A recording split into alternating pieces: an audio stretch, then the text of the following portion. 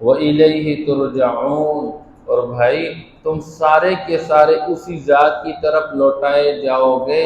یعنی تم نے اس کا سامنا کرنا ہے، اس کے سامنے کھڑا ہونا ہے، لہذا اس کی ملاقات کی تیاری کر لو، کل قیامت کے دن اس آپ سے پوچھے گا، لہذا تم جواب دو گے۔ اس جواب دہی کے لیے ابھی دنیا کے اندر اسی اللہ کو معبودی برحق مان کے اسی کی مان کے چلنے والے بن جاؤ۔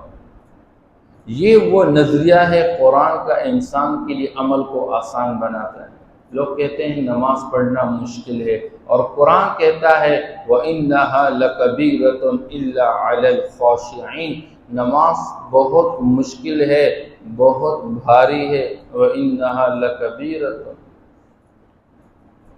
إِلَّا عَلَى الْخَاشِعِينَ، مگر نماز پڑھنا ان لوگوں کے لیے بہت آسان ہے